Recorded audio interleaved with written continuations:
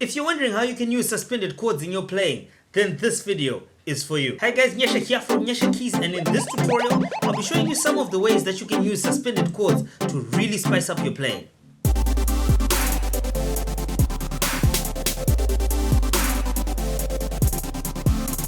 So the first thing that I'm going to show you is how suspended chords are formed.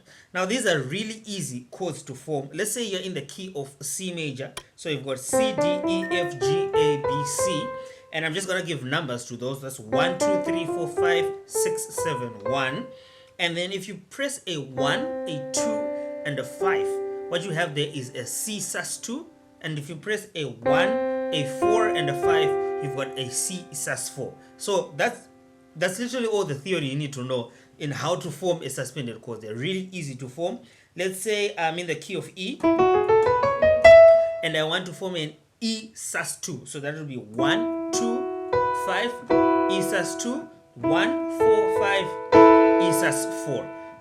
Let's say I'm in the key of B. 1, 2, 3, 4, 5, 6, 7, 1. 1, 2, 5, that's a B sus2, 1, 4, 5, B sus4. That's literally it. Alright, so suspended chords are really interesting chords because they don't contain a third. What I mean by that is, let's say you've got C major. C major contains this 3 here. Remember, 1, 2, 3, 4, 5, 6, 7, 1. 1, 2, 3. And C major contains this 3. In fact, if you just have this interval here, they call it a major third, right? Similar to C minor, also contains a third. In this case, a minor third. So it's this third that gives the characteristic of a chord. But a suspended chord doesn't have a third, which means it's a bit ambiguous or like suspicious, and it's that lack of clarity that we can use to our advantage to really spice up our playing, because we're not really giving away too much about the chord and we're suspending it. So if you suspend it, you don't really know if it's a major or minor chord because you don't have that third. And that's literally how they're used. The first way you can use a suspended chord is to resolve to the chord you're suspending. So let's say I'm in the key of C again. If I play a C sus4, I can resolve to a C. So it really resolves to whatever. Let's say, let me come up with a progression.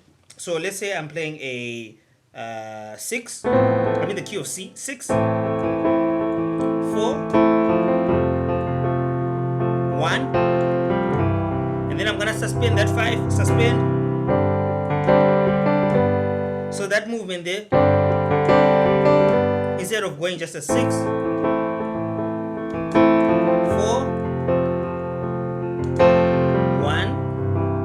and then a 5. So you can see the suspended gives you a little extra feel there to really resolve on that 5, right?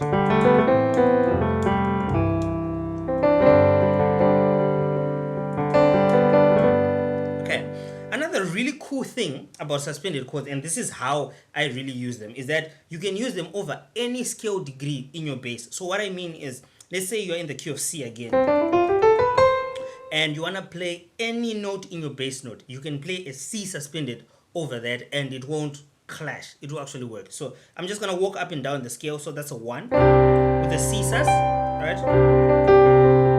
To a 2, to a 3, suspended, 4 with that sus, 5 with that sus, 6 with that sus,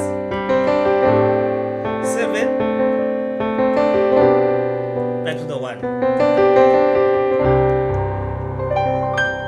Now this is game changer, because if you're looking for a chord to use and you're tired of using a particular chord, you can just use the suspended and it will work. So for instance, let's say same progression, but I'm gonna be using diatonic chords, and then on the 5 I'm gonna suspend it. So let's say 1, 2, 3, maybe on the 4 I could suspend here. There we go, maybe a 5, and maybe a 6. I'm gonna play an actual 6, then 7,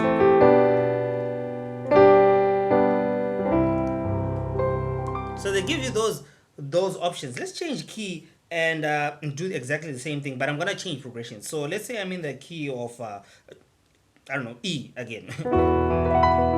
Okay, so I've just played a E sus 2 there.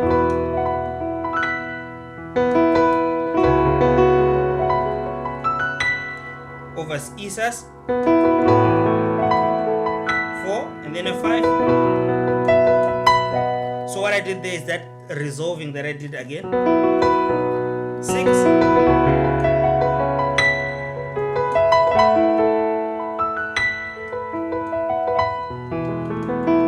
That was another suspended movement. Suspend, right?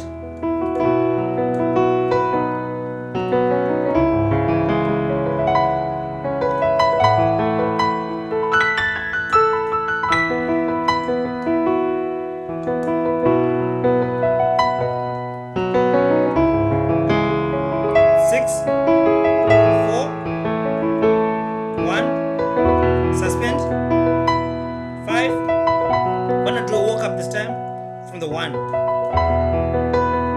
Suspended. Suspend.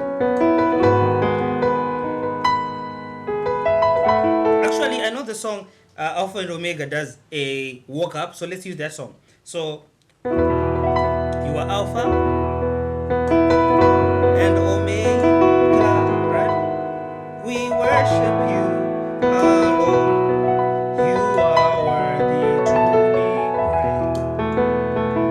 Go back to the key of C so that maybe you can see it better. So that's a C. Alpha and Omega, we worship you. So 1 and Omega.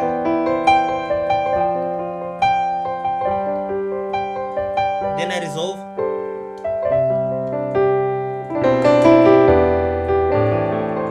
Suspend again.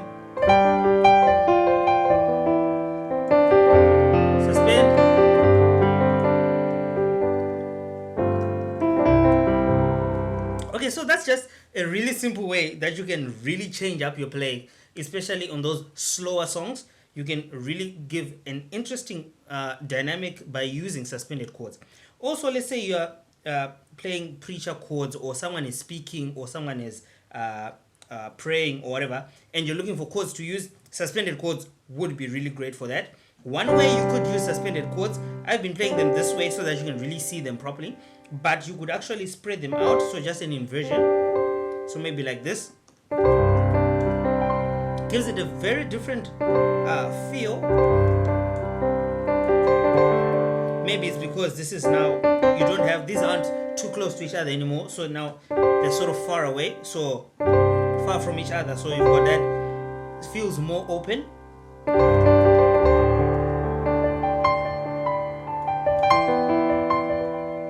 So if someone is just talking, it depends on what they're saying, to be honest.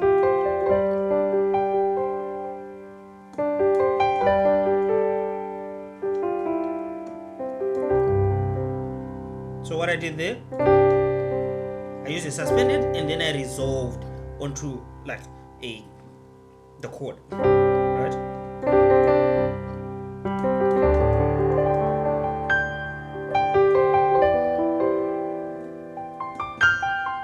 Sorry about that.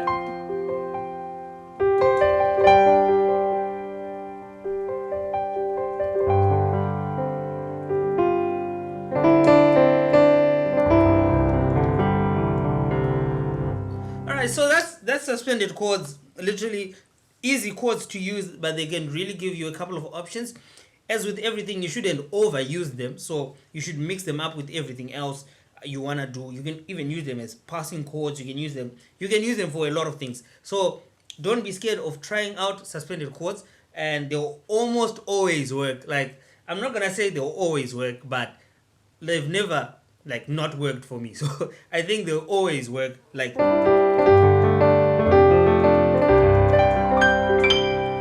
they're just a good backup when things aren't really working well and you need a backup. Suspended chords can really come in handy, and you just wanna just hang, even if you don't know what like the bass note is gonna be, because let's say you've got a bassist and you don't know the song, you can technically suspend everything.